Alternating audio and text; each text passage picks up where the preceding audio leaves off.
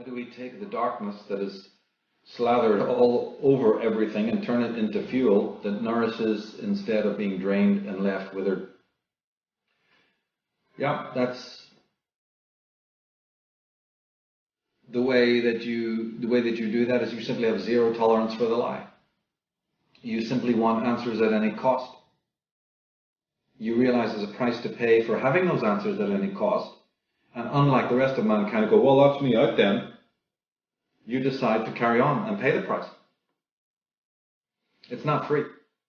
It takes time. It takes energy. It takes immense knowledge of the enemy.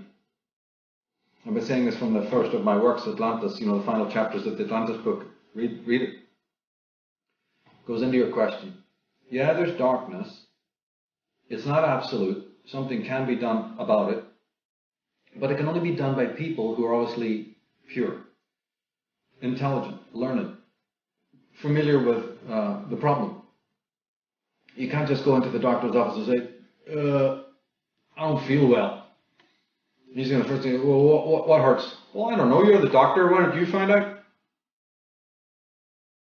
Well, I am finding out. I'm asking you. Is it the feet, foot, elbow? What's hurting you, right? Well, I don't know.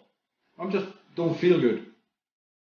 You must have some intuitive grasping. You must be sensitive enough to at least find out, you at least have perceived that there's something wrong with the world. That's already far in advance of most people that surround you, who don't even have those kinds of antenna, who don't even care. Because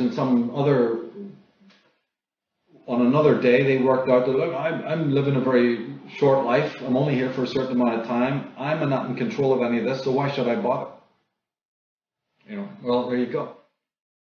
So there's no way of fighting external evil until you've discovered the roots of that evil in yourself. This is why my work is so psychological, you see. That's been tried, by the way, so I don't have to push the fact. I don't have to, I don't have to force it down people's throats. It's a fact that all these other things have been tried and they failed. So obviously the only thing left then is what I talk about, which is the psychological component. It doesn't rule out that politics is involved, or I prefer legal empowerment. I said that from the beginning. Read my Constitution Con article on the Michael Tsarion website, and you'll see that that certainly offers us some great empowerment. But ultimately, the sword is not as strong as the hand that wields it. That is the secret of steel. So, what's happening in the inner house? What's happening, with the inner strength? Like I say in the Atlantis book at the end, when you are so strong that the enemy cannot destroy you, you've won. You may not destroy them in the way that they have pictorialized it, the way that our minds egoistically think about it as some sort of conquest. It's not quite like that. And it's certainly not fighting them with the tools that they've offered you to enter into the duel. That might not be a very good idea. But that's what we've been doing for generations, you see. There's a different way to fight. It is a fight. It definitely is a fight. There's good and evil forces at work here. But there's different ways of fighting.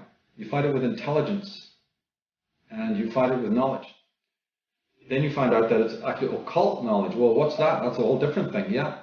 So only a few of us, even get on into the starting line there, because most of the human race, are way, way behind. But we've made great progress, so there's no reason to be pessimistic.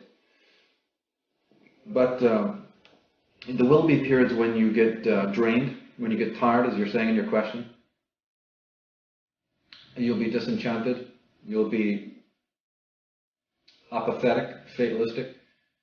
And that's perfectly okay. Allow yourself to be that way. Do not stamp on those emotions and throw them out.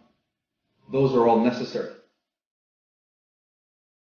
We haven't evolved very far to know that these darker emotions are actually great allies. They're tempering the steel. They're tempering us. They're chastening us. Even if in the short term they feel like, that they're nixing the energy. They're not. They're just canalizing the energy. They're making you smarter. They're saying, well, the way you did it before, it doesn't work, so let's try something else. But, they certainly shouldn't be excised. They should be listened to. They have counsel to bring, and we should listen to that counsel.